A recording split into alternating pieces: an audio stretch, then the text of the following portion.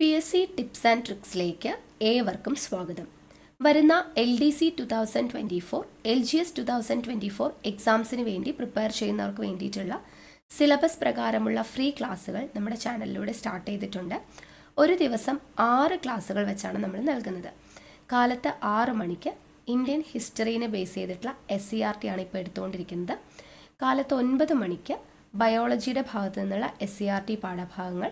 ഇപ്പോൾ മനുഷ്യ ശരീരത്തെക്കുറിച്ചുള്ള പൊതു അറിവാണ് നമ്മൾ ചെയ്തുകൊണ്ടിരിക്കുന്നത്. ദെൻ 12 മണിക്ക് കോൺസ്റ്റിറ്റ്യൂഷൻ്റെ ക്ലാസ്സാണ്. കോൺസ്റ്റിറ്റ്യൂഷൻ ഓൾമോസ്റ്റ് കംപ്ലീറ്റ് ആവാറായിട്ടുണ്ട്. അപ്പോൾ അത് കഴിയുമ്പോൾ അടുത്തത് എക്കണോമിക്സ് സ്റ്റാർട്ട് ചെയ്യും. ദെൻ അത് കഴിഞ്ഞ് 3 മണിക്ക് ഇംഗ്ലീഷ്, മാത്സ്, മലയാളം. അത് ഒരാഴ്ച 3 കൂടെ കവറാകുന്ന രീതിയിലാണ്. 2 ദിവസം ഇംഗ്ലീഷ്, 2 ദിവസം മാത്സ്, 2 ദിവസം മലയാളം. ദെൻ രാത്രി 8 മണിക്ക് നമ്മൾ കാലത്ത് പഠിക്കുന്ന 3 ഭാഗം GK പോർഷൻസ് 6 മണിക്കും 9 മണിക്കും 12 മണിക്കുമായിട്ട് പഠിക്കുന്ന ഭാഗങ്ങളിൽ നിന്നും PSC മുൻ വർഷങ്ങളിൽ ചോദിച്ചിട്ടുള്ള പ്രീവിയസ് ഇയർ ക്വസ്റ്റ്യൻസ് നമ്മൾ ഡിസ്കസ് ചെയ്യുന്നു ലൈവായിട്ട് വിത്ത് എക്സ്പ്ലനേഷൻ. ദെൻ രാത്രി 10:30 എക്സ്പെക്റ്റഡ് കറണ്ട് അഫയേഴ്സിൻ്റെ ക്ലാസ്. അപ്പോൾ 2 ലൈവും 4 റെക്കോർഡഡ് ക്ലാസ്സും, അങ്ങനെ 6 ക്ലാസ്സുകളാണ് നമ്മൾ ഒരു ദിവസം തരുന്നത്. അപ്പോൾ അത് മാക്സിമം കണ്ട് പ്രയോജനപ്പെടുത്തുക. ക്ലാസ്സുകൾ കഴിഞ്ഞ് നമ്മൾ അതിൻ്റെ PDF നോട്ട്സും കാര്യങ്ങളൊക്കെ, അതുപോലെ ഓരോ ദിവസത്തെയും ക്ലാസ്സിനെ ബേസ് ചെയ്തിട്ടുള്ള പോൾസ്, ഇതൊക്കെ നമ്മൾ ടെലിഗ്രാം വഴി പ്രൊവൈഡ് ചെയ്യുന്നുണ്ട്.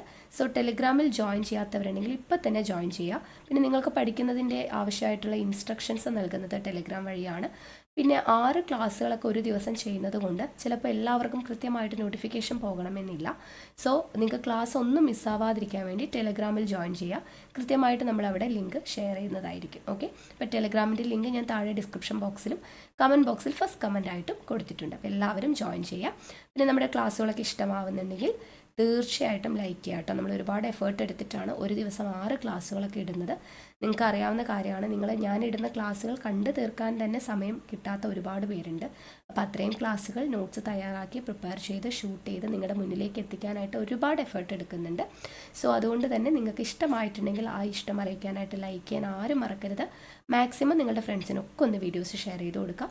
സജഷൻസ് എന്താണെങ്കിലും അത് താഴെ കമൻറ്റായിട്ട് അറിയിക്കാം. ഓക്കെ, അപ്പോൾ നമുക്ക് ക്ലാസ് സ്റ്റാർട്ട് ചെയ്യാം. അപ്പോൾ ഇന്നത്തെ ക്ലാസ് നമ്മൾ ഇന്ത്യൻ ഹിസ്റ്ററിയുടെ SCERT പാഠഭാഗമാണ്.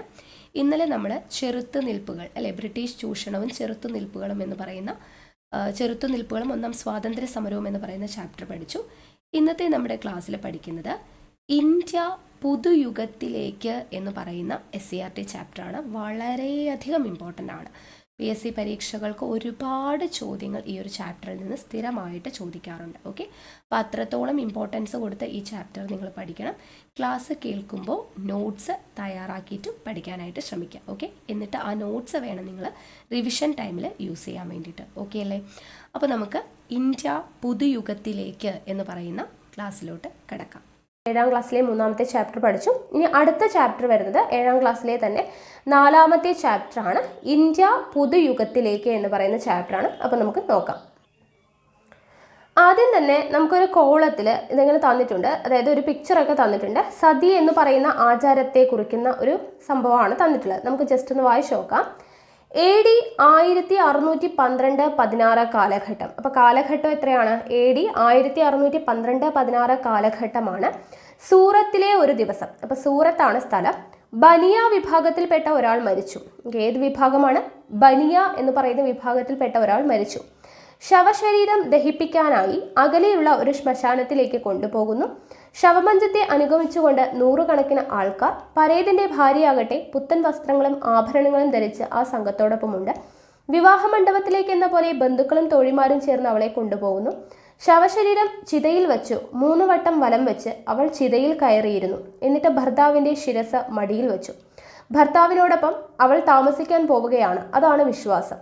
ഉണങ്ങിയ വിറകുള്ളികളും നെയ്യും എണ്ണയും അവൾക്കു ചുറ്റും കുമിഞ്ഞു. സുഗന്ധദ്രവ്യങ്ങൾ അവൾക്കുമേൽ വർഷിച്ചു. ചിതയ്ക്ക് തീ കൊളുത്തി. 10 വയസ്സിലധികം പ്രായമില്ലാത്ത അവൾ ഭർത്താവിനോടൊപ്പം താമസിച്ചിട്ടില്ല. എന്നിട്ടും ഭാര്യ എന്ന നിലയിൽ അവൾ ചിതയിലെരിഞ്ഞു. അപ്പോൾ സതി എന്ന് പറയുന്ന ദുരാചാരത്തെ കുറിക്കുന്ന ഒരു സംഭവമാണ് കൊടുത്തിട്ടുള്ളത്. അപ്പോൾ ഇത് ഏതിലാണ് ചെയ്തിട്ടുള്ളത്? വില്യം ഫോസ്റ്ററുടെ CIE early travels in India 1583-1619 എന്ന് പറയുന്നതിൽ വില്യം ഫോസ്റ്ററുടേതാണ്. അതിൽ വരുന്ന സതി എന്ന് പറയുന്ന ദുരാചാരത്തെക്കുറിച്ചാണ് അവിടെ കൊടുത്തിട്ടുള്ളത്. അപ്പോൾ അതൊന്ന് മനസ്സിലാക്കി വെക്കാം. ഇന്ത്യയിൽ നിലനിന്നിരുന്ന സതി എന്ന ദുരാചാരത്തെക്കുറിച്ചാണ് മുകളിൽ വിവരിച്ചിട്ടുള്ളത്. നമുക്കത് വായിച്ചപ്പോൾ മനസ്സിലായി അല്ലേ? സതിയെക്കുറിച്ചാണ് പറയുന്നത്.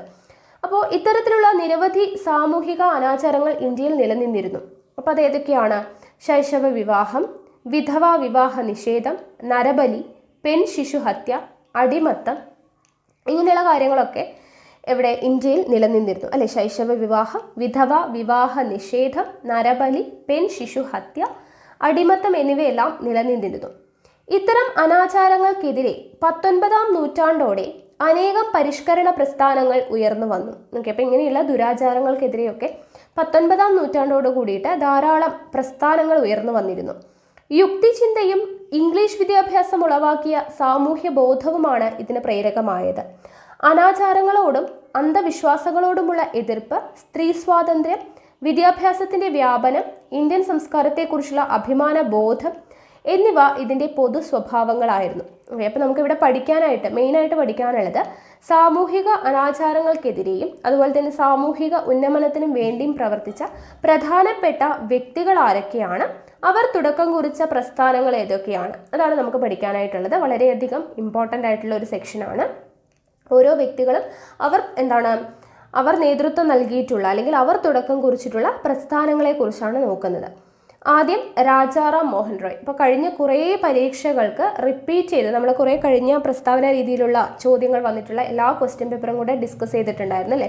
അപ്പോൾ അവിടെ അനലൈസ് ചെയ്തപ്പോൾ നമുക്ക് രാജാറാം മോഹൻ റോയിനെ കുറിച്ച് കുറേ ക്വസ്റ്റ്യൻസ് അവിടെ കാണാനായിട്ട് പറ്റിയിട്ടുണ്ടായിരുന്നു. അപ്പോൾ മോസ്റ്റ് ഇമ്പോർട്ടൻ്റ് ആണ് രാജാറാം മോഹൻ റോയ്, നോട്ട് ചെയ്ത് വയ്ക്കാം.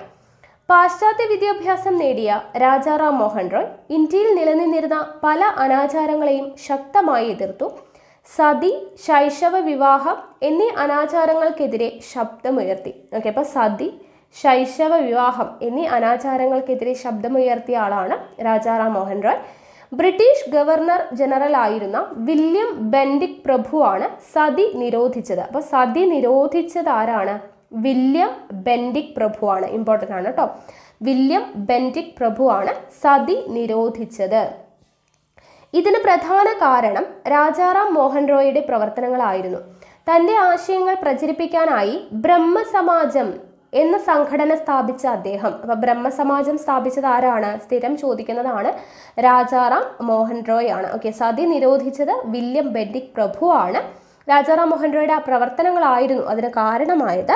രാജാറാം മോഹൻ റോയ് സ്ഥാപിച്ചതാണ് ബ്രഹ്മസമാജം എന്ന് പറയുന്ന സംഘടന. അപ്പോൾ ആ സംഘടന സ്ഥാപിച്ച അദ്ദേഹം അടിസ്ഥാനപരമായി എല്ലാ മതങ്ങളും ഒന്നാണെന്നുള്ള പൊതു സന്ദേശം പ്രചരിപ്പിച്ചു. ജാതി സമ്പ്രദായമാണ് ഇന്ത്യക്കാർക്കിടയിലെ അനൈക്യത്തിന്റെ ഉറവിടം എന്ന് വിശ്വസിച്ചു. ഓക്കെ, അദ്ദേഹം എന്താണ് വിശ്വസിച്ചിരുന്നത്? ജാതി സമ്പ്രദായമാണ് ഇന്ത്യക്കാർക്കിടയിലെ അനൈക്യത്തിന്റെ ഉറവിടം എന്നാണ് അദ്ദേഹം വിശ്വസിച്ചിരുന്നത്. ഇന്ത്യൻ നവോത്ഥാനത്തിന്റെ പിതാവ് എന്നാണ് രാജാറാം മോഹൻ റോയ് അറിയപ്പെടുന്നത്. അപ്പോൾ അതും നമുക്ക് ചോദിക്കുന്നതാണ്. ഇവിടെ നിന്ന് ചോദിക്കുന്ന ചോദ്യം, ഇന്ത്യൻ നവോത്ഥാനത്തിന്റെ പിതാവ് ആരാണ്? രാജാറാം മോഹൻ റോയ്. ബ്രഹ്മസമാജം സ്ഥാപിച്ചത് ആരാണ്? രാജാറാം മോഹൻ റോയ് ആണ്. വില്യം ബെൻഡിക് പ്രഭു എന്താണ് ചെയ്തത്? സതി നിരോധിച്ചത് അല്ലേ? സതി നിരോധിച്ചത് വില്യം ബെൻഡിക് പ്രഭുവാണ്.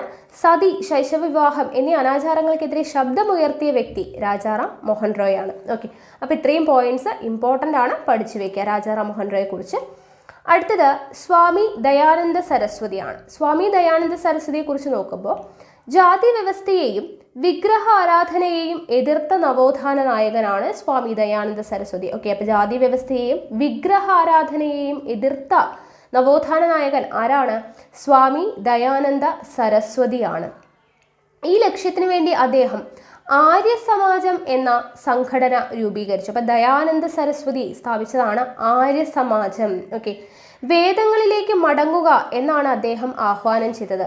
അപ്പോൾ ഇവിടെ നിന്ന് എന്തൊക്കെ ക്വസ്റ്റ്യൻ ആണ് നമുക്ക് കിട്ടുന്നത്? ജാതി വ്യവസ്ഥയെയും വിഗ്രഹാരാധനയെയും എതിർത്ത നവോത്ഥാന നായകൻ ആരാണ്? സ്വാമി ദയാനന്ദ സരസ്വതി. ആര്യ സമാജം എന്ന് പറയുന്ന സംഘടന രൂപീകരിച്ച നവോത്ഥാന നായകൻ സ്വാമി ദയാനന്ദ സരസ്വതി. വേദങ്ങളിലേക്ക് മടങ്ങുക എന്ന് ആഹ്വാനം ചെയ്ത നവോത്ഥാന നായകൻ സ്വാമി ദയാനന്ദ സരസ്വതി. ഓക്കെ ആണല്ലോ? അപ്പോൾ ഇത്രയും കാര്യങ്ങൾ സ്വാമി ദയാനന്ദ സരസ്വതിയെക്കുറിച്ച് ഓർത്തിരിക്കുക. അടുത്തത് ജ്യോതിറാവു ഫൂലെ. ഓക്കെ, ജ്യോതിറാവു ഫൂലെ. ജ്യോതിറാവു ഫൂലെ വിധവകളുടെ വിവാഹത്തെ പ്രോത്സാഹിപ്പിക്കുകയും ജാതി വ്യവസ്ഥയെ എതിർക്കുകയും ചെയ്തു. അപ്പോൾ വിധവകളുടെ വിവാഹത്തെ പ്രോത്സാഹിപ്പിക്കുകയും ജാതി വ്യവസ്ഥയെ എതിർക്കുകയും ചെയ്ത നവോത്ഥാന നായകനാണ് ജ്യോതിറാവു ഫൂലെ.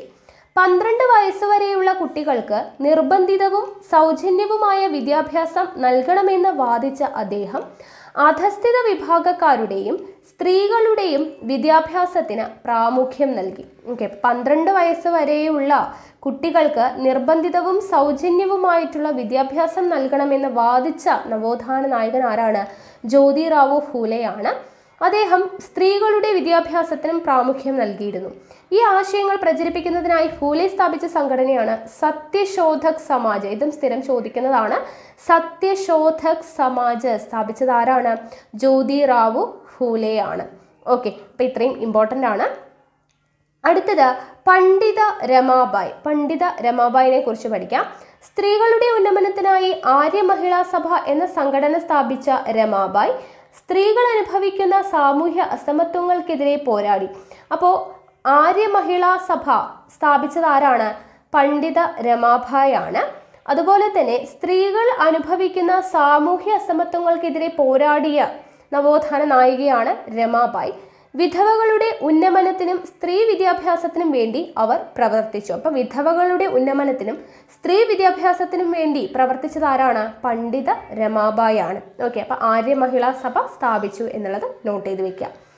അടുത്തത് സർ സയ്യദ് അഹമ്മദ് ഖാൻ. സർ സയ്യദ് അഹമ്മദ് ഖാൻ മുസ്ലിങ്ങൾക്കിടയിൽ ആധുനിക വിദ്യാഭ്യാസത്തിന് പ്രചാരം നൽകിയ Ahmad Khan Muhammadan Anglo Oriental College സ്ഥാപിച്ചു. അപ്പം മുഹമ്മദൻ ആംഗ്ലോ ഓറിയന്റൽ കോളേജ് സ്ഥാപിച്ചത് ആരാണ്? സർ സയ്യദ് അഹമ്മദ് ഖാൻ ആണ്. ഇതാണ് പിന്നീട് പ്രസിദ്ധമായ അലിഗഡ് മുസ്ലിം സർവകലാശാലയായി മാറിയത്. അപ്പം അലിഗഡ് മുസ്ലിം സർവകലാശാല സ്ഥാപിച്ചത് ആരാണ്? സർ സയ്യദ് അഹമ്മദ് ഖാൻ ആണ്. ഹിന്ദു മുസ്ലിം ഐക്യത്തെക്കുറിച്ച് അദ്ദേഹം ഇങ്ങനെ പറഞ്ഞു: ഹിന്ദുക്കളും മുസ്ലിങ്ങളും ഇന്ത്യയുടെ വായും ശ്വസിച്ച് ഗംഗയുടെയും യമുനയുടെയും ജലം പാനം ചെയ്തും ജീവിക്കുന്നു. എന്താണ്? ഹിന്ദുക്കളും മുസ്ലിങ്ങളും ഇന്ത്യയുടെ വായു ശ്വസിച്ചും ഗംഗയുടെയും യമുനയുടെയും ജലം പാനം ചെയ്തും ജീവിക്കുന്നു. നാം രണ്ട് ഇന്ത്യയുടെ മണ്ണിൽ ഉൽപ്പാദിപ്പിക്കപ്പെടുന്നത് ഭക്ഷിക്കുന്നു. ജീവിതത്തിലും മരണത്തിലും നാം ഒന്നിച്ചാണ്. അപ്പോൾ ഈ സെന്റൻസ് തന്നിട്ട് ഇത് ആരുടേതാണ് എന്ന് ചോദിക്കാം. സർ സയ്യിദ് അഹമ്മദ് ഖാൻ്റേതാണ് എന്നുള്ളത് ഓർത്തിരിക്കുക. അലിഗഡ് മുസ്ലിം സർവകലാശാല അല്ലെങ്കിൽ മുഹമ്മദൻ ആംഗ്ലോ ഓറിയന്റൽ കോളേജ് സ്ഥാപിച്ചത് ആരാണ്? സർ സയ്യിദ് അഹമ്മദ് ഖാൻ ആണ്. ഓക്കെ, കിട്ടിയല്ലോ. അടുത്തത് സ്വാമി വിവേകാനന്ദൻ. ഇതും നമുക്ക് ഇമ്പോർട്ടൻ്റ് ആണ്. സ്വാമി വിവേകാനന്ദൻ ഓരോരുത്തരും ഇമ്പോർട്ടൻ്റ് ആണ് കേട്ടോ. എല്ലാ പോയിന്റ്സും നോട്ട് ചെയ്ത് വെക്കുക. ജാതീയമായ ഉച്ചനീചത്വങ്ങളെ എതിർക്കുകയും സ്ത്രീ വിദ്യാഭ്യാസത്തെ പ്രോത്സാഹിപ്പിക്കുകയും ചെയ്ത പരിഷ്കർത്താവായിരുന്നു സ്വാമി വിവേകാനന്ദൻ. വിശ്വസാഹോദര്യത്തിന് ഊന്നൽ കൊടുത്ത അദ്ദേഹം ഇങ്ങനെ അഭിപ്രായപ്പെടുകയുണ്ടായി: മഹത്തായ രണ്ട് വ്യവസ്ഥകളായ ഹൈന്ദവയുടെയും ഇസ്ലാമികതയുടെയും കൂടിച്ചേരലാണ് നമ്മുടെ മാതൃരാജ്യത്തിന്റെ ഏക പ്രതീക്ഷ. ഓക്കെ, അപ്പം ഇങ്ങനെ പറഞ്ഞത് ആരാണ്? സ്വാമി വിവേകാനന്ദനാണ്. എന്താണ് പറഞ്ഞത് അദ്ദേഹം? മഹത്തായ രണ്ട് വ്യവസ്ഥകളായ ഹൈന്ദവതയുടെയും ഇസ്ലാമികതയുടെയും കൂടിച്ചേരലാണ് നമ്മുടെ മാതൃരാജ്യത്തിന്റെ ഏക പ്രതീക്ഷ എന്ന് പറഞ്ഞത്. ഓക്കെ, ശ്രീരാമകൃഷ്ണ പരമഹംസനായിരുന്നു സ്വാമി വിവേകാനന്ദന്റെ ഗുരു. ഇമ്പോർട്ടൻ്റ് ആണ്. സ്വാമി വിവേകാനന്ദന്റെ ഗുരു ആരാണ്? ശ്രീരാമകൃഷ്ണ പരമഹംസനാണ്. ഓക്കെ, ശ്രീരാമകൃഷ്ണ പരമഹംസനാണ് സ്വാമി വിവേകാനന്ദന്റെ ഗുരു. ഗുരുവിന്റെ ആശയങ്ങൾ പ്രചരിപ്പിക്കുന്നതിനായി വിവേകാനന്ദൻ സ്ഥാപിച്ച സംഘടനയാണ് രാമകൃഷ്ണ മിഷൻ. ഓക്കെ, അപ്പോൾ അദ്ദേഹത്തിന്റെ ഗുരു ശ്രീരാമകൃഷ്ണ പരമഹംസനാണ്. അദ്ദേഹത്തിന്റെ ആശയങ്ങൾ പ്രചരിപ്പിക്കുന്നതിന് വേണ്ടി വിവേകാനന്ദൻ സ്ഥാപിച്ച സംഘടനയാണ് എന്താ? രാമകൃഷ്ണ മിഷൻ. ഈ സംഘടനയുടെ ആഭിമുഖ്യത്തിൽ രാജ്യത്തുടനീളം ധാരാളം വിദ്യാലയങ്ങൾ സ്ഥാപിച്ചു. ഇന്ത്യക്കാരിൽ ദേശീയബോധവും ആത്മാഭിമാനവും ഉണർത്തുന്നതിൽ വിവേകാനന്ദന്റെ പ്രവർത്തനങ്ങൾ പ്രധാന പങ്കുവഹിച്ചു. ഓക്കെ, അപ്പോൾ സ്വാമി വിവേകാനന്ദൻ ഇമ്പോർട്ടൻ്റ് ആണ്. ഓക്കെ, അപ്പോൾ ഇവിടെ നവോത്ഥാന നായകരും പ്രസ്ഥാനവും പ്രധാന പ്രവർത്തനങ്ങളും ഒക്കെ കൊടുത്തിട്ടുണ്ട്. നമ്മളിപ്പോൾ പഠിച്ച കാര്യങ്ങളൊക്കെ തന്നെയാണ്. അപ്പോൾ ആ ഒരു കോളം നിങ്ങൾക്ക് തന്നെ ഫില്ല് ചെയ്യാൻ പറ്റുന്നതേ ഉള്ളൂ. നമ്മളിപ്പോൾ പറഞ്ഞ കാര്യങ്ങളൊക്കെ തന്നെയാണ്. ഓക്കെ, അടുത്തത് മാറുന്ന ജനത. ജാതിക്കും മതത്തിനും അതീതമായി മാനവികതയിൽ ഊന്നിക്കൊണ്ടുള്ള വിശ്വസാഹോദര്യത്തിന്റെ കാഴ്ചപ്പാട് ഇന്ത്യക്കാരിൽ വളർത്തിയെടുക്കാൻ സാമൂഹ്യ പരിഷ്കർത്താക്കൾക്ക് കഴിഞ്ഞു. എല്ലാ പരിഷ്കർത്താക്കളും വിദ്യാഭ്യാസത്തിന്റെ പ്രാധാന്യം ഊന്നിപ്പറഞ്ഞു. ഓക്കെ, എല്ലാ പരിഷ്കർത്താക്കളും ഒരുപോലെ ഊന്നിപ്പറഞ്ഞത് എന്താണ്? വിദ്യാഭ്യാസത്തിന്റെ പ്രാധാന്യമാണ്. അവർ പുതിയ വിദ്യാലയങ്ങൾ സ്ഥാപിച്ചു. ഇത് ഇന്ത്യയിൽ വിദ്യാഭ്യാസ പുരോഗതിക്ക് കാരണമായി. പരിഷ്കർത്താക്കൾ ഇന്ത്യയുടെ പൈതൃകത്തെക്കുറിച്ച് ഓർമ്മിപ്പിച്ചു. ഇത് സ്വന്തം രാജ്യത്തെക്കുറിച്ചുള്ള അഭിമാന ബോധവും ആത്മവിശ്വാസവും ഇന്ത്യക്കാരിൽ വളർത്തി. ഇങ്ങനെ ഇന്ത്യൻ ജനതയിൽ ഒരു പുതിയ ഉണർവ് സൃഷ്ടിക്കുന്നതിൽ സാമൂഹ്യ പരിഷ്കർത്താക്കൾ വലിയ പങ്കുവഹിച്ചു. ഓക്കെ, അത് വായിച്ചപ്പോൾ മനസ്സിലായല്ലോ അല്ലേ? ഇനി ദേശീയ ബോധം വളരുന്നു. അപ്പോൾ നമ്മൾ ഇത്രയും നേരം സാമൂഹ്യ പരിഷ്കരണ പ്രസ്ഥാനങ്ങളും അവയുടെ നായകന്മാരും ഒക്കെയാണ് പറഞ്ഞത് അല്ലേ? അപ്പോൾ അങ്ങനെ അവരുടെ പ്രവർത്തനങ്ങൾ ഇന്ത്യക്കാരിൽ പുതിയ ഒരു അവബോധം സൃഷ്ടിച്ചു. അക്കാലത്ത് ഇന്ത്യയിൽ രൂപപ്പെട്ട രാഷ്ട്രീയ സാമ്പത്തിക സാഹചര്യങ്ങളെക്കുറിച്ച് നമ്മൾ നേരത്തെ പറഞ്ഞു അല്ലേ? നമ്മൾ മുന്നേ പഠിച്ചിട്ടുള്ള കാര്യങ്ങളാണ്. അപ്പോൾ അതെന്തൊക്കെയാണ് എന്നുള്ളതാണ്. ഓക്കെ, അപ്പോൾ ഇന്ത്യയിൽ രൂപപ്പെട്ട രാഷ്ട്രീയ സാമ്പത്തിക സാഹചര്യങ്ങളാണ് പറയുന്നത്. ബ്രിട്ടീഷുകാർ നാട്ടുരാജ്യങ്ങളെ കീഴ്പ്പെടുത്തി ഒറ്റ ഭരണത്തിന് കീഴിലാക്കി രാഷ്ട്രീയമായി ഇന്ത്യയെ ഏകീകരിച്ചു. ബ്രിട്ടീഷ് ഗവൺമെന്റിന്റെ സാമ്പത്തിക ചൂഷണം ഇന്ത്യക്കാരിൽ പൊതുവെ ബ്രിട്ടീഷ് വിരുദ്ധ മനോഭാവം വളർത്തി. ഇംഗ്ലീഷ് വിദ്യാഭ്യാസത്തിന്റെ വ്യാപനവും ഗതാഗത വാർത്താവിനിമയ സൗകര്യങ്ങളുടെ വളർച്ചയും ജനവിഭാഗങ്ങളെ ഒരുമിപ്പിച്ചു. ഒന്നാം സ്വാതന്ത്ര്യ സമരത്തെ അടിച്ചമർത്തുവാൻ ബ്രിട്ടീഷുകാർ സ്വീകരിച്ച മാർഗം ഇന്ത്യയിലെ ജനങ്ങളെ ഒന്നിപ്പിക്കുവാനും ഒരു രാജ്യത്തിൽ ഉൾപ്പെട്ടവരാണെന്നുള്ള ബോധം ഉണ്ടാക്കുവാനും സഹായിച്ചു. ഇതൊക്കെ നമ്മൾ മുന്നേ പഠിച്ചു അല്ലേ? കഴിഞ്ഞ ചാപ്റ്ററിൽ നമ്മൾ പറഞ്ഞു. അത്രയേ ഉള്ളൂ. അപ്പോൾ ഇന്ത്യക്കാരെല്ലാം ഒരൊറ്റ ജനതയാണെന്ന ബോധമുളവാക്കാൻ നമ്മൾ ഈ പറഞ്ഞ ഘടകങ്ങളെല്ലാം തന്നെ സഹായകമായി എന്നാണ് പറയുന്നത്. അപ്പോൾ മതപരവും ഭാഷാപരവും പ്രാദേശികവുമായ വൈവിധ്യങ്ങൾക്കപ്പുറം എല്ലാ ഇന്ത്യക്കാരും ഒന്നാണെന്ന ഈ ബോധമാണ് ഇന്ത്യൻ ദേശീയത. എന്താണ് ഇന്ത്യൻ ദേശീയത? മതപരവും ഭാഷാപരവും പ്രാദേശികവുമായിട്ടുള്ള വൈവിധ്യങ്ങൾക്കപ്പുറം എല്ലാ ഇന്ത്യക്കാരും ഒന്നാണ് എന്ന് പറയുന്ന ഒരു ബോധം, അതാണ് ഇന്ത്യൻ ദേശീയത എന്ന് പറയുന്നത്. അടുത്തത് ജവഹർലാൽ നെഹ്റുവിൻ്റെ ഇന്ത്യയെ കണ്ടെത്തൽ, ഡിസ്കവറി ഓഫ് ഇന്ത്യ എന്ന് പറയുന്ന പുസ്തകത്തിൽ വരുന്ന കുറച്ച് കാര്യങ്ങളാണ് എഴുതിയിട്ടുള്ളത്. ഇന്ത്യയിലെ പർവ്വതങ്ങളും നദികളും വനങ്ങളും നമുക്ക് ഭക്ഷണം തരുന്ന വിശാലങ്ങളായ വയലുകളും എല്ലാം നമുക്ക് പ്രിയപ്പെട്ടവ തന്നെ. പക്ഷേ എല്ലാറ്റിലും ഏറെയായി ഗണിക്കേണ്ടത് ഇന്ത്യയിലെ ജനതയാണ്. അവരെയും എന്നെയും പോലുള്ള ആളുകൾ, അവരാകട്ടെ ഈ പരന്ന നാട്ടിൽ മുഴുക്കെ വ്യാപിച്ചു കിടക്കുകയും ചെയ്യുന്നു. സാരമായി നോക്കിയാൽ ഈ കോടിക്കണക്കിലുള്ള ജനമാണ് ഭാരത മാതാവ്. അവരുടെ ജയം എന്ന് വെച്ചാൽ ഈ ജനത്തിൻ്റെ ജയം എന്നാണ് അർത്ഥം. നിങ്ങൾ ഈ ഭാരതമാതാവിൻ്റെ അംശങ്ങളാണ്. ഒരു വിധത്തിൽ നിങ്ങൾ തന്നെയാണ് ഭാരതമാതാവ് എന്ന് ഞാൻ അവരോട് പറയും. ഈ ആശയം പതുക്കെ അവരുടെ തലച്ചോറിൽ കിനിഞ്ഞ് ചെന്നെത്തുമ്പോൾ ഒരു വമ്പിച്ച കണ്ടുപിടുത്തം സാധിച്ചാലത്തെ പോലെ അവരുടെ കണ്ണുകൾ പ്രകാശിക്കും. അപ്പോൾ ജവഹർലാൽ നെഹ്റുവിൻ്റെ ഇന്ത്യയെ കണ്ടെത്തൽ എന്ന് പറയുന്ന പുസ്തകത്തിൽ വരുന്ന വേർഡ്സ് ആണ്. അപ്പോൾ ഇന്ത്യയെ കണ്ടെത്തൽ എഴുതിയത് ആരാണ്? ജവഹർലാൽ നെഹ്റുവിൻ്റേതാണ് എന്നുള്ളത് നോട്ട് ചെയ്ത് വെച്ചേക്കാം. ഓക്കെ, ഇനി നോക്കുക. ദേശീയബോധം വളർന്നതോടെ ബ്രിട്ടീഷ് ഭരണത്തിൽ നിന്ന് മോചനം നേടാനുള്ള ഇന്ത്യക്കാരുടെ പ്രവർത്തനങ്ങൾക്ക് ആക്കം കൂടി. ഇനി ദേശീയതയുടെ വളർച്ചയെ സഹായിച്ച സാഹിത്യകാരന്മാർ എന്ന് പറഞ്ഞൊരു കോളം കൊടുത്തിട്ടുണ്ട്. ആരൊക്കെയാണ്? ബങ്കിം ചന്ദ്ര ചാറ്റർജി, രവീന്ദ്രനാഥ ടാഗോർ, മുഹമ്മദ് ഇക്ബാൽ, ലക്ഷ്മിനാഥ് ബെസ്ബറുവ, അൽതാഫ് ഹുസൈൻ. ആരൊക്കെയാണ് ദേശീയതയുടെ വളർച്ചയെ സഹായിച്ച സാഹിത്യകാരന്മാർ? ബങ്കിം ചന്ദ്ര ചാറ്റർജി, രവീന്ദ്രനാഥ ടാഗോർ, മുഹമ്മദ് ഇക്ബാൽ, ലക്ഷ്മിനാഥ് ബെസ്ബറുവ, അൽതാഫ് ഹുസൈൻ എന്നിവരാണ്. അടുത്തത് സംഘടനകളുടെ രൂപീകരണം. ഇന്ത്യക്കാർക്കിടയിലുണ്ടായ ഉണർവിൻ്റെ ഫലമായി ഇന്ത്യയുടെ പല ഭാഗങ്ങളിലും പ്രാദേശിക സംഘടനകൾ രൂപം കൊണ്ടു. മദ്രാസ് നേറ്റീവ് അസോസിയേഷൻ, പൂന സാർവജനിക് സഭ, ഇന്ത്യൻ അസോസിയേഷൻ തുടങ്ങിയവ അവയിൽ ചിലതാണ്. ഏതൊക്കെയാണ്? മദ്രാസ് നേറ്റീവ് അസോസിയേഷൻ, പൂന സാർവജനിക് സഭ, ഇന്ത്യൻ അസോസിയേഷൻ തുടങ്ങിയവയാണ്. എന്നാൽ ഇവയെല്ലാം പ്രാദേശിക ആവശ്യങ്ങൾക്കായിരുന്നു മുൻഗണന നൽകിയിരുന്നത്. ഓക്കെ, മദ്രാസ് നേറ്റീവ് അസോസിയേഷൻ ആണെങ്കിലും പൂന സാർവജനിക് സഭയാണെങ്കിലും ഇന്ത്യൻ അസോസിയേഷൻ ആണെങ്കിലും പ്രാദേശിക ആവശ്യങ്ങൾക്കായിരുന്നു മുൻഗണന നൽകിയിരുന്നത്. ദേശീയ തലത്തിൽ ഒരു സംഘടന രൂപീകരിക്കേണ്ട ആവശ്യം അതുകൊണ്ടാണ് ഉണ്ടായിരുന്നത്. ഓക്കെ, അപ്പോൾ ദേശീയ തലത്തിൽ അങ്ങനെ വന്ന ഒരു സംഘടനയാണ്, അങ്ങനെയാണ് ഇന്ത്യൻ നാഷണൽ കോൺഗ്രസ് വരുന്നത്. അപ്പോൾ ഇന്ത്യൻ നാഷണൽ കോൺഗ്രസിൻ്റെ രൂപീകരണം, ഉദയത്തെക്കുറിച്ചാണ് നമ്മൾ പറയുന്നത്. ഇമ്പോർട്ടൻ്റ് ആയിട്ടുള്ളൊരു ഭാഗമാണ് കേട്ടോ. അപ്പോൾ ഇന്ത്യൻ നാഷണൽ കോൺഗ്രസിൻ്റെ ഉദയം എന്ന് പറയുന്നത് 1885 ഡിസംബർ 28 ബോംബെയിലെ തേജ്പാൽ സംസ്കൃത കോളേജിലാണ് വിശാലമായ മുറി. അപ്പോൾ 1885 ഡിസംബർ 28 വിത്ത് ഡേറ്റ് ഓർത്തിരിക്കുക. ബോംബെയിലെ തേജ്പാൽ സംസ്കൃത കോളേജാണ്. ഓക്കെ, ഇന്ത്യയുടെ വിവിധ പ്രദേശങ്ങളിൽ നിന്നുള്ള 72 പേർ ഒത്തുകൂടിയിരിക്കുന്നു. അവർ പല വേഷക്കാരും പല മതക്കാരും പല ഭാഷക്കാരുമായിരുന്നു. വ്യത്യസ്ത സംഘടനകളെ പ്രതിനിധീകരിച്ചെത്തിയ അവർ WC ബാനർജിയുടെ അധ്യക്ഷതയിൽ യോഗം ചേർന്നു. A.O. ഹ്യൂം എന്ന മുൻ ബ്രിട്ടീഷ് ഉദ്യോഗസ്ഥനാണ് ഇത്തരം ഒരു യോഗം വിളിച്ചുകൂട്ടുവാൻ മുൻകൈയെടുത്തത്. ഈ യോഗത്തിൽ വെച്ച് ഇന്ത്യൻ നാഷണൽ കോൺഗ്രസ് രൂപീകരിക്കപ്പെട്ടു. അപ്പോൾ ഇന്ത്യൻ നാഷണൽ കോൺഗ്രസ് രൂപീകരിക്കപ്പെട്ടത് എപ്പോഴാണ്? 1885 ഡിസംബർ 28-നാണ്. എവിടെ വെച്ചാണ്? ബോംബെയിൽ വെച്ചാണ്. ബോംബെയിൽ എവിടെയാണ്? തേജ്പാൽ സംസ്കൃത കോളേജാണ്. എത്ര പേരാണ് ആദ്യത്തെ സമ്മേളനത്തിൽ പങ്കെടുത്തത്? 72 പേരാണ്. ആരായിരുന്നു അധ്യക്ഷൻ? WC ബാനർജി ആയിരുന്നു. ഇങ്ങനൊരു യോഗം ചേർത്തത് ആരാണ്? A.O. ഹ്യൂം ആണ്. ഓക്കെ, അപ്പോൾ ഇത്രയും കാര്യങ്ങൾ കിട്ടിയല്ലോ. മോസ്റ്റ് ഇമ്പോർട്ടൻ്റ് ആണ്. ഇതിൽ ഒരു പോയിന്റും വിട്ടുകളയരുത്, എല്ലാം പഠിച്ചു വെക്കാം.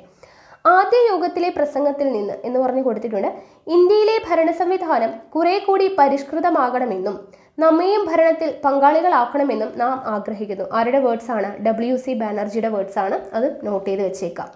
അപ്പോൾ ഇന്ത്യൻ നാഷണൽ കോൺഗ്രസിന്റെ ആദ്യ സമ്മേളനത്തിൽ പങ്കെടുത്തവർ ആണ്. അപ്പോൾ അവരുടെ ഫോട്ടോ ആണ് ഈ കൊടുത്തിട്ടുള്ളത്. നോക്കുക, ഇന്ത്യൻ നാഷണൽ കോൺഗ്രസിന്റെ പ്രധാന ലക്ഷ്യങ്ങൾ എന്തൊക്കെയായിരുന്നു? മോസ്റ്റ് ഇമ്പോർട്ടൻ്റ് ആണ് കേട്ടോ. ലക്ഷ്യങ്ങൾ എന്തൊക്കെയാണ്? ഇന്ത്യയുടെ വിവിധ ഭാഗങ്ങളിൽ നിന്നുള്ള രാഷ്ട്രീയ പ്രവർത്തകർക്കിടയിൽ സൗഹൃദ ബോധം വളർത്തുക, ജാതി മത പ്രാദേശിക ചിന്തകൾക്കതീതമായ ദേശീയ ബോധം വളർത്തുക, ഇന്ത്യക്കാരുടെ പ്രശ്നങ്ങൾ അധികാരികളുടെ ശ്രദ്ധയിൽപ്പെടുത്തുക. ഓക്കെ, എന്തൊക്കെയായിരുന്നു?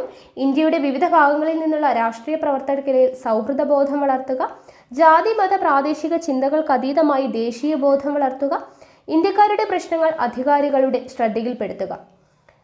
ഇനി ഇന്ത്യൻ നാഷണൽ കോൺഗ്രസിന്റെ രൂപീകരണത്തോടെ ബ്രിട്ടീഷ് വിരുദ്ധ സമരത്തിന് സംഘടിത സ്വഭാവം കൈവന്നു.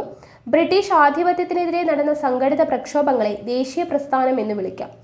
സമരരീതിയുടെ അടിസ്ഥാനത്തിൽ ദേശീയ പ്രസ്ഥാനത്തെ 3 ഘട്ടങ്ങളായി വിഭജിക്കാം. ഓക്കെ, അപ്പോൾ ഇന്ത്യൻ നാഷണൽ കോൺഗ്രസ് രൂപീകരിച്ചതോടു കൂടിയിട്ട് എന്ത് ചെയ്തു? ബ്രിട്ടീഷ് വിരുദ്ധ സമരത്തിന് ഒരു സംഘടിത സ്വഭാവം വന്നു. അപ്പോൾ ഇതുപോലെ ബ്രിട്ടീഷ് ആധിപത്യത്തിനെതിരെ നടന്ന സംഘടിത പ്രക്ഷോഭങ്ങളെയാണ് എന്തെന്ന് വിളിക്കുന്നത്? ദേശീയ പ്രസ്ഥാനം എന്ന് പറയുന്നത്. ഓക്കെ, ദേശീയ പ്രസ്ഥാനം. അപ്പോൾ ഈ ദേശീയ പ്രസ്ഥാനം അതിൻ്റെ സമര രീതിയുടെ അടിസ്ഥാനത്തിൽ 3 ഘട്ടങ്ങളായിട്ട് വിഭജിച്ചിട്ടുണ്ട്. ഏതൊക്കെയാണ്? മിതവാദ ദേശീയതയുടെ ഘട്ടം, തീവ്ര ദേശീയതയുടെ ഘട്ടം, ഗാന്ധിയൻ കാലഘട്ടം. ഓക്കെ, മിതവാദം, തീവ്രദേശീയത, ഗാന്ധിയൻ കാലഘട്ടം എന്നിങ്ങനെ 3 ഘട്ടങ്ങളായിട്ടാണ് ഈ ദേശീയ പ്രസ്ഥാനങ്ങളെ തിരിച്ചിട്ടുള്ളത്. 1885 മുതൽ 1905 വരെയുള്ള കാലഘട്ടമാണ് മിതവാദ ദേശീയതയുടേതായിരുന്നു. ഓക്കെ, അപ്പോൾ 1885 മുതൽ 1905 വരെയുള്ള കാലഘട്ടമാണ് മിതവാദ ദേശീയതയുടെ കാലഘട്ടം. ഇംഗ്ലീഷ് വിദ്യാഭ്യാസം ലഭിച്ചവരായിരുന്നു ആദ്യകാല നേതാക്കൾ. അവരിൽ പ്രമുഖരായിരുന്നു ദാദാഭായ് നവറോജി, ഗോപാലകൃഷ്ണ ഗോഖലെ, ബദറുദ്ദീൻ തിയാബ്ജി, ഫിറോസ് ഷാ മേത്ത തുടങ്ങിയവർ. പരാതികളിലൂടെയും പ്രമേയങ്ങളിലൂടെയും പ്രതിഷേധങ്ങളിലൂടെയും പൊതു ആവശ്യങ്ങൾ ബ്രിട്ടീഷ് സർക്കാരിൻ്റെ ശ്രദ്ധയിൽപ്പെടുത്താനാണ് അവർ ശ്രമിച്ചത്. പക്ഷേ ഈ ആവശ്യങ്ങൾ ബ്രിട്ടീഷ് അധികാരികൾ വേണ്ട വിധത്തിൽ പരിഗണിച്ചില്ല. അപ്പോൾ 1885 മുതൽ 1905 വരെയുള്ള കാലഘട്ടമാണ് മിതവാദ ദേശീയതയുടെ കാലഘട്ടം. അതിൽ വരുന്നത് ആരൊക്കെയാണ്? ദാദാഭായ് നവറോജി, ഗോപാലകൃഷ്ണ ഗോഖലെ, ബദറുദ്ദീൻ തിയാബ്ജി, ഫിറോസ് ഷാ മേത്ത തുടങ്ങിയവരാണ്. ഇനി ബ്രിട്ടീഷ് ഭരണത്തിന് കീഴിൽ ഇന്ത്യ ദാരിദ്ര്യമായത് എങ്ങനെയാണെന്ന് ഇവർ പഠിക്കുകയുണ്ടായി. ഓക്കെ, അപ്പോൾ ഇവർ നടത്തിയ പഠനങ്ങളാണ് ഇന്ത്യൻ ദേശീയ പ്രസ്ഥാനത്തിന് ആശയപരമായിട്ടുള്ള അടിത്തറ നൽകിയത്. ഇനി അടുത്തത് വളരെയധികം ഇമ്പോർട്ടൻ്റ് ആണ്, ചോർച്ചാ സിദ്ധാന്തം. നമ്മൾ കഴിഞ്ഞ ക്വസ്റ്റ്യൻ പേപ്പേഴ്സൊക്കെ പരിശോധിക്കുകയാണെങ്കിൽ ദാദാഭായ് നവറോജിയെക്കുറിച്ച് ഒരു ക്വസ്റ്റ്യൻ ഇമ്പോർട്ടൻ്റ് ആയിട്ടും അവിടെ ചോദിച്ചിട്ടുണ്ടായിരുന്നു, നമ്മൾ പറഞ്ഞതാണ്. അപ്പോൾ നോക്കി വയ്ക്കുക. ദാദാഭായ് നവറോജിയുടെ പ്രധാന സംഭാവനയാണ് ചോർച്ചാ സിദ്ധാന്തം. ഓക്കെ, ദാദാഭായ് നവറോജിയുടെ പ്രധാനപ്പെട്ട സംഭാവനയാണ് ചോർച്ചാ സിദ്ധാന്തം. ഇന്ത്യയുടെ സമ്പത്ത് ഇംഗ്ലണ്ടിലേക്ക് പലതരത്തിൽ ചോർത്തിക്കൊണ്ടുപോയിരുന്നു. ശമ്പളമായും സമ്മാനമായും നികുതിയായുമായിരുന്നു ഈ സാമ്പത്തിക ചോർച്ച. ഇന്ത്യയുടെ ദാരിദ്ര്യത്തിനുള്ള കാരണം ഈ ചോർച്ചയാണെന്ന് ദാദാഭായ് നവറോജി സമർത്ഥിച്ചു. അപ്പോൾ ചോർച്ചാ സിദ്ധാന്തം ആരുടേതാണ്?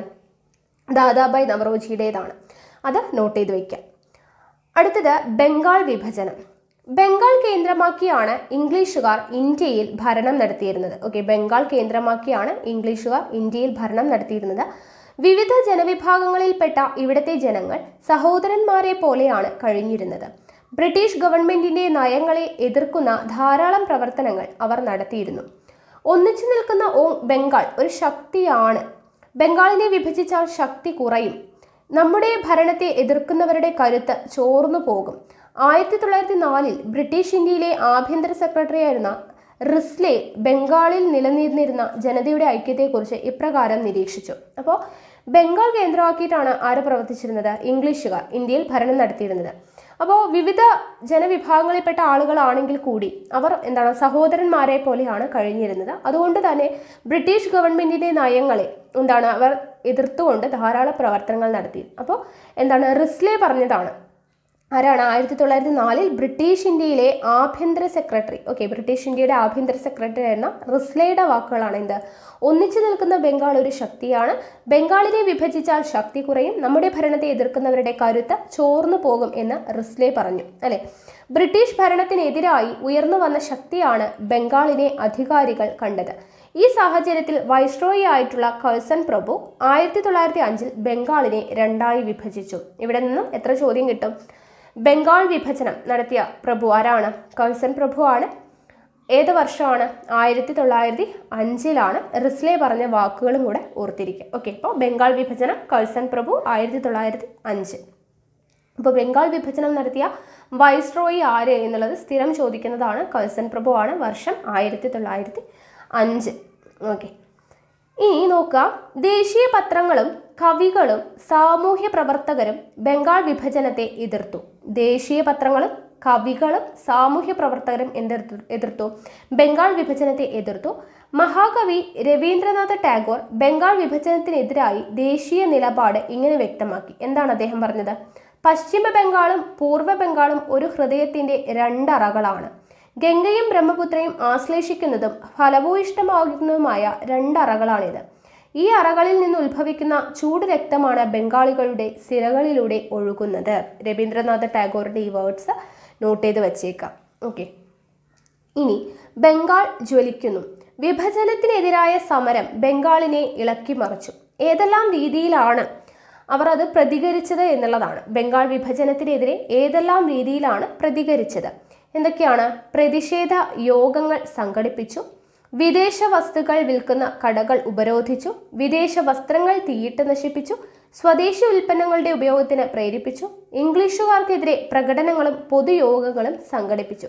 അപ്പോൾ ഇത്രയും കാര്യങ്ങളാണ് ബംഗാൾ വിഭജനത്തിനെതിരെ നടന്ന പ്രതിഷേധം. എന്തൊക്കെയാണ്? പ്രതിഷേധ യോഗങ്ങൾ സംഘടിപ്പിച്ചു, വിദേശ വസ്തുക്കൾ വിൽക്കുന്ന കടകൾ ഉപരോധിച്ചു, വിദേശ വസ്ത്രങ്ങൾ തീയിട്ട് നശിപ്പിച്ചു, സ്വദേശി ഉൽപ്പന്നങ്ങളുടെ ഉപയോഗത്തിന് പ്രേരിപ്പിച്ചു, ഇംഗ്ലീഷുകാർക്കെതിരെ പ്രകടനങ്ങളും പൊതുയോഗങ്ങളും സംഘടിപ്പിച്ചു. ഇനി ഇവിടെ നോക്കുക, പഞ്ചസാരയ്ക്കും വിലക്ക് എന്ന് പറഞ്ഞു കൊടുത്തിട്ടുണ്ട്.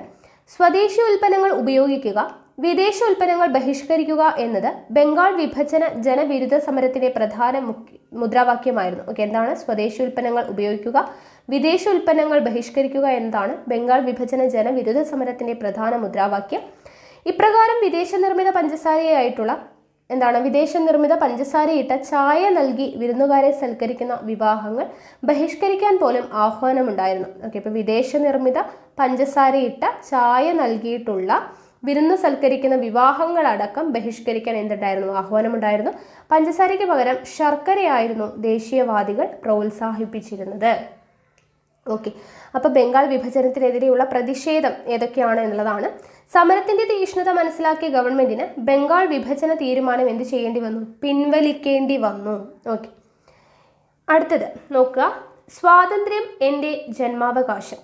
ബംഗാൾ വിഭജനവും തുടർന്നുണ്ടായ സമരങ്ങളും ദേശീയ പ്രസ്ഥാനത്തെ പുതിയൊരു ഘട്ടത്തിലേക്ക് നയിച്ചു.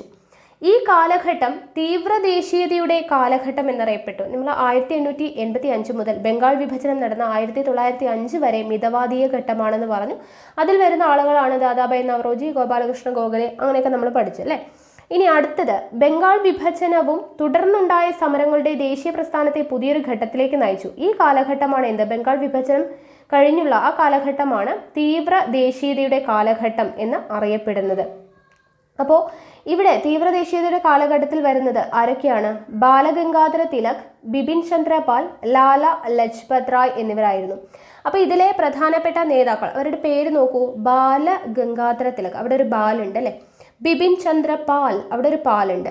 ലാല ലജ്പത് റായ്, അവിടെ ഒരു ലാലുണ്ട്. അപ്പോൾ അവരെ ലാൽ പാൽ ബാൽ കൂട്ടുകെട്ട് എന്നാണ് ഇവർ അറിയപ്പെട്ടിരുന്നത്. അപ്പോൾ തീവ്ര ദേശീയതയുടെ കാലഘട്ടത്തിലുള്ളവർ ആരൊക്കെയാണ്? ലാൽ പാൽ ബാൽ, ബാലഗംഗാധര തിലക്, ബിപിൻ ചന്ദ്ര പാൽ, ലാല ലജ്പത് റായ് എന്നിവരാണ്. ഓക്കെ. തീവ്ര ദേശീയവാദികളായ ഇവരുടെ പ്രവർത്തനങ്ങൾ ദേശീയ ശ്രദ്ധ ആകർഷിക്കുകയും ജനതയെ പ്രചോദിപ്പിക്കുകയും ചെയ്തു. ബാലഗംഗാധര തിലക് തീവ്രദേശീയതയുടെ മുഖ്യ വക്താവായിരുന്നു. ഓക്കെ, അപ്പൊ തീവ്രദേശീയതയുടെ മുഖ്യ വക്താവാരാണ്? ബാലഗംഗാധര തിലകാണ്. ലോകമാന്യ എന്ന ജനങ്ങൾ ആദരവോടെ അദ്ദേഹത്തെ വിളിച്ചു. അപ്പോൾ ലോകമാന്യ എന്നറിയപ്പെടുന്ന ആരാണ്? ബാലഗംഗാധര തിലകാണ് എന്നുള്ളത് ഓർത്തിരിക്കുക. ജനങ്ങൾ ആദരവോടെ അദ്ദേഹത്തെ വിളിച്ചു. അദ്ദേഹം ആരംഭിച്ച 2 പത്രങ്ങളാണ് മറാത്തയും കേസരിയും. അപ്പോൾ മറാത്ത കേസരി എന്ന് പറയുന്ന ആരുടെ പത്രമാണ്? ബാലഗംഗാധര തിലകിൻ്റെതാണ്. നമ്മൾ പത്രങ്ങളും അത് സ്ഥാപിച്ച വ്യക്തികളും അല്ലെ കോഡൊക്കെ ഉപയോഗിച്ച് പഠിച്ചിട്ടുണ്ടായിരുന്നു. അതിൻ്റെ കൂട്ടത്തിൽ നമ്മൾ ഈ കോഡൊക്കെ പറഞ്ഞിട്ടുണ്ടായിരുന്നു. അപ്പോൾ ആ വീഡിയോ കാണാത്തവരുണ്ടെങ്കിൽ അതൊന്ന് കണ്ടു നോക്കുക കേട്ടോ. അപ്പോൾ മറാത്തയും കേസരിയും ആരുടെ പത്രങ്ങളാണ്? ബാലഗംഗാധര തിലകിൻ്റെതാണ്. ഓക്കെ. സ്വാതന്ത്ര്യം എൻ്റെ ജന്മാവകാശമാണ്, ഞാനത് നേടുക തന്നെ ചെയ്യും. ആരുടെ വാക്കുകളാണ്? ബാലഗംഗാധര തിലകിൻ്റെ പ്രസിദ്ധമായിട്ടുള്ള വാക്കുകളാണ്. അപ്പോൾ മറാത്ത കേസരി എന്നുള്ളത് അദ്ദേഹത്തിൻ്റെ പ്രശസ്തമായിട്ടുള്ള പത്രങ്ങളും സ്വാതന്ത്ര്യം എൻ്റെ ജന്മാവകാശമാണ്, ഞാനത് നേടുക തന്നെ ചെയ്യും എന്ന് പറഞ്ഞത് ബാലഗംഗാധര തിലകാണ്. ലോകമാന്യ എന്നറിയപ്പെടുന്നത് ബാലഗംഗാധര തിലകാണ്. ഓക്കെ. അപ്പോൾ നമ്മളിപ്പം മിതവാദി നേതാക്കൾ ആരൊക്കെയാണെന്ന് പഠിച്ചു, തീവ്ര ദേശീയ നേതാക്കൾ ആരൊക്കെയാണെന്ന് പഠിച്ചു. അപ്പോൾ ആ കോളം ഫില്ല് ചെയ്യാൻ നിങ്ങൾക്കറിയാലോ. ഓക്കെ, ചെയ്തു നോക്കാം. അടുത്തത് സർവേന്ത്യ മുസ്ലിം ലീഗ്. ബംഗാൾ വിഭജന വിരുദ്ധ സമര കാലഘട്ടത്തിലാണ് ഇന്ത്യയിൽ സർവേന്ത്യ മുസ്ലിം ലീഗ് രൂപം കൊണ്ടത്. ഓക്കെ, ബംഗാൾ വിഭജന വിരുദ്ധ സമര കാലഘട്ടത്തിലാണ് എന്ത് രൂപം കൊള്ളുന്നത്? സർവേന്ത്യ മുസ്ലിം ലീഗ് രൂപം കൊള്ളുന്നത്. 1906 ധാക്കയിൽ വെച്ച് ആഗാഖാനും നവാബ് സലീമുള്ള ഖാനും ചേർന്നാണ് ഈ സംഘടന രൂപീകരിച്ചത്. അപ്പോൾ സർവേന്ത്യ മുസ്ലിം ലീഗ് രൂപീകരിച്ച വർഷം 1906 ഓക്കെ. ബംഗാൾ വിഭജനം കഴിഞ്ഞ് അടുത്ത വർഷം 1906 ധാക്കയിൽ വെച്ചിട്ടാണ്. ഓക്കെ, ആരൊക്കെ ചേർന്നാണ്? ആഗാഖാനും നവാബ് സലീമുള്ള ഖാനും കൂടെ ചേർന്നിട്ടാണ് സർവേന്ത്യ മുസ്ലിം ലീഗ് രൂപം കൊണ്ടത്. ഓക്കെ. അടുത്തത് സൂറത്ത് പിളർപ്പ്. ബംഗാൾ വിഭജന വിരുദ്ധ സമരങ്ങളുമായി ബന്ധപ്പെട്ട് ദേശീയ പ്രക്ഷോഭം ശക്തിപ്പെട്ടു. ഈ കാലഘട്ടത്തിൽ ഇന്ത്യൻ നാഷണൽ കോൺഗ്രസിനകത്ത് മിതവാദികളും തീവ്രവാദികളും തമ്മിലുള്ള അഭിപ്രായ വ്യത്യാസം വർദ്ധിച്ചു. ഓക്കെ, അപ്പോൾ എന്താണ്? ബംഗാൾ വിഭജന വിരുദ്ധ സമരങ്ങളുമായി ബന്ധപ്പെട്ട ദേശീയ പ്രക്ഷോഭം ശക്തിപ്പെട്ടു. ഈ കാലഘട്ടത്തിൽ ഇന്ത്യൻ നാഷണൽ കോൺഗ്രസിനകത്ത് എന്ത് സംഭവിച്ചു? മിതവാദികളും ആരൊക്കെയാണ് വരുന്നതെന്ന് നമ്മൾ പറഞ്ഞല്ലേ, തീവ്രവാദികളും ആരൊക്കെയാണ് വരുന്നതെന്ന് പറഞ്ഞല്ലേ, ലാൽ പാൽ ബാൽ. അപ്പോൾ മിതവാദികളും തീവ്രവാദികളും തമ്മിലുള്ള അഭിപ്രായ വ്യത്യാസം വർദ്ധിച്ചു. 1907 കോൺഗ്രസിന്റെ അഖിലേന്ത്യാ സമ്മേളനം സൂറത്തിലാണ് നടന്നത്. അപ്പോൾ 1907 കോൺഗ്രസിന്റെ അഖിലേന്ത്യാ സമ്മേളനം നടന്നത് എവിടെയാണ്? സൂറത്തിൽ വച്ചിട്ടാണ് നടക്കുന്നത്. സമ്മേളനത്തിൽ കോൺഗ്രസ് പിളരുകയും ദേശീയ പ്രസ്ഥാനത്തിന്റെ പ്രവർത്തനങ്ങൾ താൽക്കാലികമായി ദുർബലപ്പെടുകയും ചെയ്തു. അപ്പോൾ 1907 സൂറത്തിൽ വെച്ചുള്ള കോൺഗ്രസ് അഖിലേന്ത്യാ സമ്മേളനത്തിൽ വച്ചിട്ടാണ് കോൺഗ്രസ് പിളരുന്നത്. ഓക്കെ, അത് ഓർത്തിരിക്കാം. ഇനി ഹോം റൂൾ പ്രസ്ഥാനങ്ങൾ. 1-ാം ലോക യുദ്ധാനന്തരം ഇന്ത്യക്ക് സ്വയം ഭരണം നൽകും എന്ന പ്രതീക്ഷയിൽ കോൺഗ്രസ് യുദ്ധത്തിൽ ബ്രിട്ടനെ പിന്തുണച്ചു. ഓക്കെ, 1-ാം ലോക മഹായുദ്ധാനന്തരം ഇന്ത്യക്ക് സ്വയം ഭരണം നൽകും എന്നുള്ള പ്രതീക്ഷയിൽ എന്ത് ചെയ്തു? കോൺഗ്രസ് യുദ്ധത്തിൽ ബ്രിട്ടനെ പിന്തുണച്ചു. ഈ സമയത്ത് ഇന്ത്യൻ ദേശീയ പ്രസ്ഥാനത്തെ സജീവമാക്കി നിലനിർത്തിയത് ബാലഗംഗാധര തിലകും ആനി ബെസന്റും ആരംഭിച്ച ഹോം റൂൾ പ്രസ്ഥാനങ്ങളായിരുന്നു. അപ്പോൾ എന്താണ്? കോൺഗ്രസ് യുദ്ധത്തിൽ ആരെ പിന്തുണച്ചു? ബ്രിട്ടനെ പിന്തുണച്ചു. അപ്പോൾ ഈ സമയത്ത് ദേശീയ പ്രസ്ഥാനത്തെ സജീവമാക്കി നിലനിർത്തിയത് ആരൊക്കെയാണ്? ബാലഗംഗാധര തിലകും ആനി ബെസന്റും ആരംഭിച്ച ഹോം റൂൾ പ്രസ്ഥാനം. അപ്പോൾ ഹോം റൂൾ പ്രസ്ഥാനം ആരംഭിച്ചത് ആരാണ്? ബാലഗംഗാധര തിലകും ആനി ബെസന്റും കൂടെ ചേർന്നിട്ടാണ്. ഇന്ത്യൻ സംസ്കാരത്തിൽ ആകൃഷ്ടയായി 1893 ഇന്ത്യൻ പൗരത്വം സ്വീകരിച്ച ഐറിഷ് വനിതയാണ് ആര്? Annie Besant. 1916 ഹോം റൂൾ ആരംഭിക്കുന്നത്. ഓക്കെ, അപ്പോൾ ഇന്ത്യൻ സംസ്കാരത്തിൽ ആകൃഷ്ടയായി ഇന്ത്യൻ പൗരത്വം സ്വീകരിച്ച ഐറിഷ് വനിതയാണ് ആനി ബെസന്റ്. 1916 ഹോം റൂൾ പ്രസ്ഥാനം ആരംഭിക്കുന്നത് എന്നുള്ളത് ഓർത്തിരിക്കുക. അടുത്തത് ലക്നൗ സന്ധി. ഹോം റൂൾ പ്രസ്ഥാനം സജീവമായി നിൽക്കുന്ന സമയത്താണ് 1916 ഇന്ത്യൻ നാഷണൽ കോൺഗ്രസിന്റെ ലക്നൗ സമ്മേളനം നടക്കുന്നത്. ഓക്കെ, അപ്പോൾ ഹോം റൂൾ പ്രസ്ഥാനം 1916 വന്നു അല്ലേ. അപ്പോൾ ഇത് സജീവമായി നിൽക്കുന്ന സമയത്ത് 1916 ഇന്ത്യൻ നാഷണൽ കോൺഗ്രസിന്റെ ലക്നൗ സമ്മേളനം നടക്കുന്നു. അപ്പോൾ 1916 ലക്നൗ സമ്മേളനം നടക്കുന്നത്. സൂറത്ത് സമ്മേളനത്തിൽ വഴിപിരിഞ്ഞു പോയ മിതവാദികളും തീവ്ര ദേശീയവാദികളും ഒന്നിച്ച് പ്രവർത്തിക്കാൻ തീരുമാനിച്ചു. ഓക്കെ, അപ്പോൾ സൂറത്ത് സമ്മേളനത്തിൽ 1916 ലക്നൗ സമ്മേളനം നടന്നു. അപ്പോൾ സൂറത്ത് സമ്മേളനത്തിൽ എന്ത് ചെയ്തിട്ടുണ്ടായിരുന്നു? മിതവാദികളും തീവ്ര ദേശീയവാദികളും രണ്ട് ചേരിയായിട്ട് തിരിഞ്ഞിട്ടുണ്ടായിരുന്നു. അപ്പോൾ അവർ ഒന്നിച്ച് പ്രവർത്തിക്കുവാൻ വേണ്ടി തീരുമാനിച്ചു. കൂടാതെ സർവ്വേന്ത്യ മുസ്ലിം ലീഗുമായി സഹകരിച്ച് ബ്രിട്ടീഷ് വിരുദ്ധ സമരങ്ങൾ സംഘടിപ്പിക്കുവാനും തീരുമാനിച്ചു. സർവ്വേന്ത്യ മുസ്ലിം ലീഗ് എപ്പോഴാണ് വന്നതെന്നൊക്കെ പറഞ്ഞല്ലോ. അപ്പോൾ അവരുമായിട്ട് സഹകരിച്ച് ബ്രിട്ടീഷ് വിരുദ്ധ സമരങ്ങൾ സംഘടിപ്പിക്കുവാനും തീരുമാനിച്ചു. അപ്പോൾ നമ്മളിങ്ങനെ ഓരോ ചാപ്റ്ററായിട്ട് കണ്ടിന്യൂസ് ആയിട്ട് ഇങ്ങനെ ഒരു ഓർഡറിൽ പഠിച്ചു പോകുമ്പോൾ നമുക്കൊരു സ്റ്റോറി പഠിക്കുന്ന പോലെ നമുക്ക് കിട്ടുന്നുണ്ട് അല്ലേ. അപ്പോൾ ഇങ്ങനെ പഠിക്കുകയാണെങ്കിൽ നിങ്ങൾക്ക് അധികം കൺഫ്യൂഷനൊന്നും ഇല്ലാതെ തന്നെ എല്ലാ കാര്യങ്ങളും നിങ്ങളുടെ മനസ്സിലിരുന്നോളും. ഓക്കെ, അപ്പോൾ ഈ ഒരു രീതിയിൽ തന്നെ നമ്മളെ ഫോളോ ചെയ്ത് കറക്റ്റായിട്ട് ഈ ഫുൾ ചാപ്റ്റർ പഠിക്കുകയാണെങ്കിൽ ഇന്ത്യൻ ഹിസ്റ്ററി എന്ന് പറയുന്നത് നിങ്ങളുടെ മനസ്സിൽ തറവായിട്ട് കിടന്നോളും. ഓക്കെ ആണല്ലോ. അപ്പോൾ കറക്റ്റായിട്ട് വായിച്ച് മനസ്സിലാക്കുക. നിങ്ങളിത് കേൾക്കുന്നതിനോടൊപ്പം തന്നെ കുഞ്ഞു കുഞ്ഞു നോട്ട്സും കൂടെ എഴുതി ഉണ്ടാക്കുകയാണെങ്കിൽ നിങ്ങൾക്ക് റിവിഷൻ ടൈമിൽ നല്ല രീതിയിൽ പ്രയോജനമാകും. ഓക്കെ ആണല്ലോ. ഓക്കെ, അപ്പോൾ നോക്കാം എന്ത് സംഭവിച്ചു. സൂറത്ത് സമ്മേളനത്തിൽ വഴി പിരിഞ്ഞുപോയ മിതവാദികളും തീവ്രദേശീയവാദികളും എന്ത് ചെയ്തു? ഒന്നിച്ച് പ്രവർത്തിക്കുവാൻ തുടങ്ങി. സർവ്വേന്ത്യ മുസ്ലിം ലീഗുമായി സഹകരിച്ച് എന്ത് ചെയ്തു? ബ്രിട്ടീഷ് വിരുദ്ധ സമരങ്ങൾ സംഘടിപ്പിക്കുവാൻ തീരുമാനിച്ചു. ഓക്കെ, അപ്പോൾ ഇത്രയും കാര്യങ്ങളാണ് നടന്നത്. അപ്പോൾ ഇത്രയാണ് നമ്മുടെ ഈ ഒരു ചാപ്റ്റർ, ഇന്ത്യ പുതുയുഗത്തിലേക്ക് എന്ന് പറയുന്ന ഈ ഒരു ചാപ്റ്റർ വരുന്നത്.